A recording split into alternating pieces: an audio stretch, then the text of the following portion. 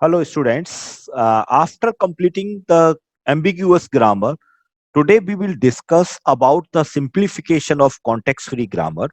So now we will start the simplification. So the point is why we require to simplify the grammar. So simpler grammars are easier to understand, first thing. And second is important point is the simple grammars can lead to faster parsing, or the simplex grammar will be the will have the less computation time, or the less time complexity. That's why we have to require to simplify the grammar. So now simply it will consist of different phases. So like the useless symbol elimination means just to find the useless symbol in the given grammar, then we will eliminate the useless production of that particular symbol. And then the same thing can also be called as the reduction of the grammar. And another is the elimination of the null production. If there are any null production in the grammar, then we will also eliminate such type of production from the grammar. And another is the unit production elimination, means if there is any unit production also in the grammar, then we will eliminate it, right? So now just useless symbol means, just I will discuss one by one. Null production means if any production in the form of this one, that a variable produce the null, right? So this type of production is simply said as null production. And unit production means any single variable produced to the single variable again, and simply this variable b again produced to another variable, this is suppose c. So these type of productions are called unit production. This All these productions are the unit production, and a to null is the production of null production. Now we will start the useless production elimination. So just we will try to find the useless symbol in the grammar, then we will try to reduce or eliminate the useless production. And the same thing can also be considered as, or can be said as construction of the reduced grammar. Means simply, if we remove or if we eliminate the useless production from the grammar, then obviously we will find a grammar, and that grammar will be the reduced grammar. So now the point is, how can we identify that that a particular symbol is the useless symbol and the production is useless symbol, useless production. So let's start with the simple example, then we will start the same thing by using the theorem. So simply, suppose a grammar is given to you, and in this case, suppose S to ASB, C, AC, and A to AB, B to this one.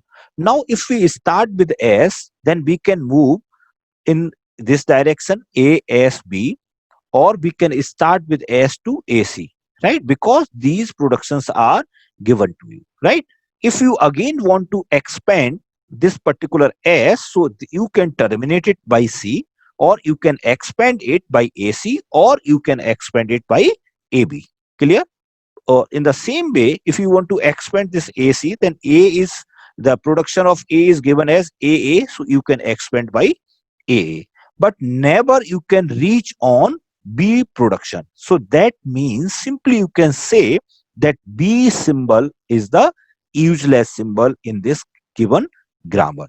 And all the productions of the B, or the all the productions of the B symbol are can be called as the useless production. So we can eliminate such type of productions in the grammar. So now this is we have done this thing by manually, but the same thing can be done with the help of the algorithm also. So doing the for removing the useless production, just we will use the defined theorem.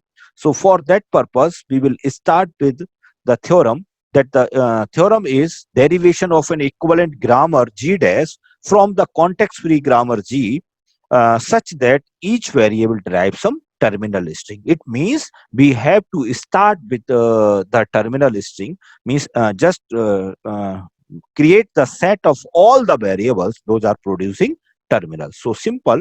In this theorem, we will start our production. We will start our process through the variable those are producing terminal. So this is the simple way, or this is the simple theorem by which we can reduce the grammar. So this is step one, or step theorem one, in which we have to try to construct the set of variable, that is v1 dash equals to a. A is what? A is the a belongs to variable where there exists a production a to w, where w is what? W is any string or the terminal, that w, where w belongs to terminal star, means w is any terminal. So simply start with the set of variable those are producing terminal.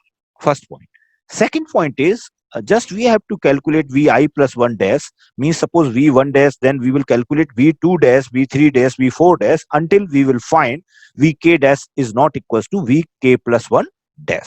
So simply now we will try to find another one, that is vi plus 1 dash, generalized form of the set of variables, that is v1 vi dash union a to v, where v is what? V is the variable. There exists some production a to alpha with alpha belongs to terminal union vi asterisk, vi dash whole asterisk. So what does it mean here? Just you should keep your mind, keep your focus on this point. That's this point is what? This point is just suppose you are calculating v2 dash. In this situation, you have to write here v1 union. Now the production terminal union v1 combination produced by the variable. Just we have to write the name of the variable here. Those are producing v1 union terminal whole asterisk, right? So in this way, the same process will be executed till we can find vk dash is not equals to vk plus 1 dash, right? And finally, we will write the construction of p dash, that is the new production rule for that grammar, in such a way that p dash is equals to a to alpha, where a to alpha and a, their alpha belongs to v dash union terminal whole star, means all the variables those are in the set and all the combination of terminals. So we will include such type of production rules in the grammar. So this is simply the step one for reducing the grammar, or for removing the useless symbol. Clear? So now just we will try to apply the same step on the real life, this particular real example of the grammar. So suppose a grammar is given to you. In this case, you can find the grammar here: S to AB, A to A, B to B, B to C, and E to C, right? So as per the theorem 1 or the step 1, just we can start here by step 1. And just step 1, we have to create the set of variable those are producing terminals. So the first point is to try to find the variables those are producing terminals. So here you can see that C is the terminal produced by E, another terminal is B produced by B, another terminal is A, that is produced by A. So simply just write the name of the variable those are producing terminals. So for example, here this is A, here it is the name of variable is B, and here the name of variable is E. So just write here A, B, and E. Clear? Now now we will try to find v2. So v2 is what? v2 dash or v2 whatever, it is just v1 dash union terminal of terminal and v1 dash whole asterisk produced by any variable. So just you have to note it down, you have to write down the name of variable that is produced by this set. So here just try to find out that AB, AE, BA, BE is produced by any other variable. So here you can find that AB is produced by S. So you can include here S, right? Again, V3 dash, in V3 dash similar to V2 dash, just here we will write V2 dash union terminal union V2 dash ka whole asterisk. That means is anything is produced by anyone, that is AB, AB is produced by S, we have already included it, and BE not provided by any other variable, ES, SE, SB is not provided by any other variable. That means V3 dash is equals to V2 dash. So finally, it will be the set of variables. That is, we can write here S first because S is the start symbol. So S, A, B, and E. Now, just write the production rule for that. So these are the variables, that is A, S, A, B, and E. In this case, you can see easily that S, C variable is not present in our received set of variable. So we will eliminate such type of variable or such type of production. So just see S to AB, S is given to you, AB is in the set. So just S to AB will be included in the production set. Next is A to A. This is the terminal. So thus A is already in the set. So just write here. B is just we have to write here, and B to C. So in this case, you can see especially that C is not the part of set of variables. So we cannot include this production because C is not in the R variable set. So we will discard this particular production rule. And E to C, it is already there because E is there and C is the terminal. So now by apply the step 1, we can find that we can reduce the grammar by one production rule, B to C, because C is not, C is the useless symbol in this particular grammar. So we can eliminate, we can remove this type of symbol. So I think it is clear. Now, this is the step 1 actually. So after this, we will apply another theorem, that is step 2. So for example, suppose any grammar G is given to you. Just I want to discuss the whole thing by giving the simple diagram. Suppose initially G's grammar is given to you. Now you have to apply theorem 1. Then you will find the new grammar or the reduced grammar, that is G dash, similar as this one. So this grammar will be the G dash, right? On G dash, again we have to apply theorem 2, and finally we will find a reduced grammar, that is G double dash. So our objective is to find G double dash through G, right? So in this case, we have to follow the step, that is step 1, then step 2. So now we have completed step 1. So just we should start the step 2.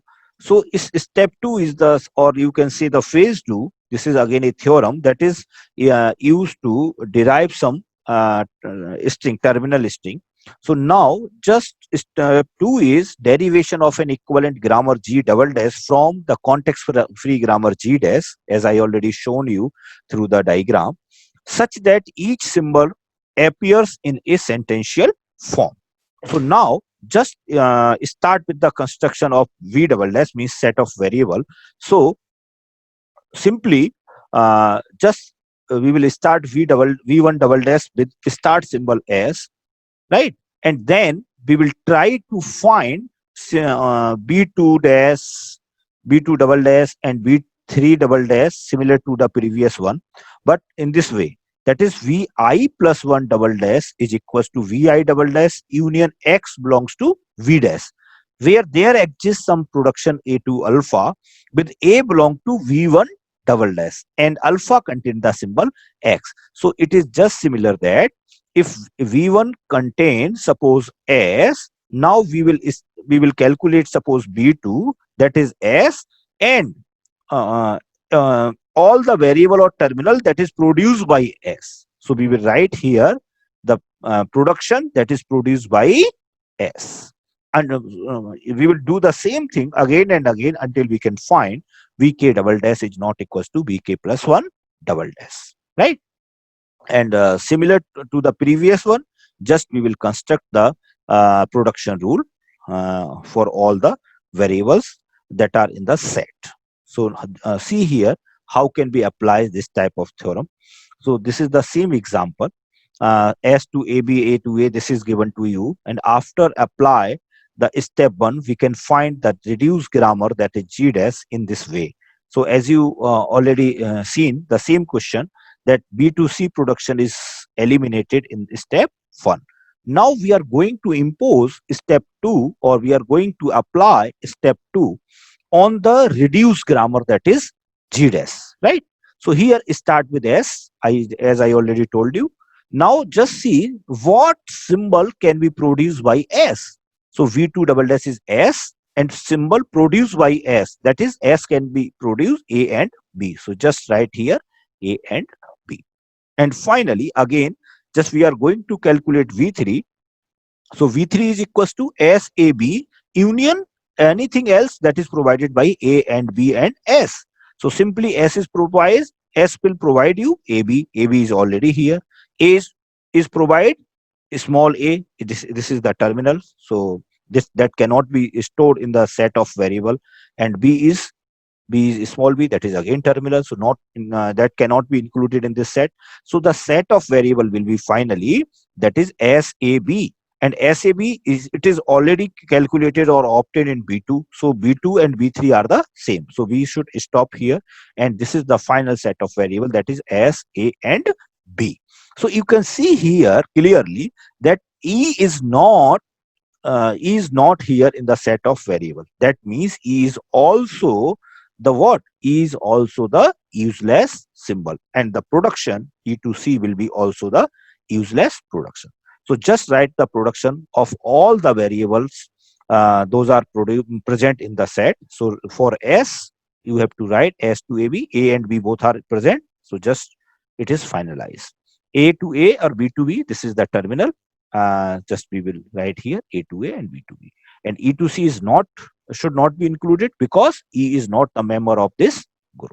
So finally, after apply this step 2 or theorem 2, we can find the reduced grammar. So in each and every question, if anyone asks you to find the reduced grammar, so start with G, then after applying the theorem 1, that you will find grammar reduced grammar G1, and finally after applying step 2, you can find the reduced grammar G double dash. So you have to follow all these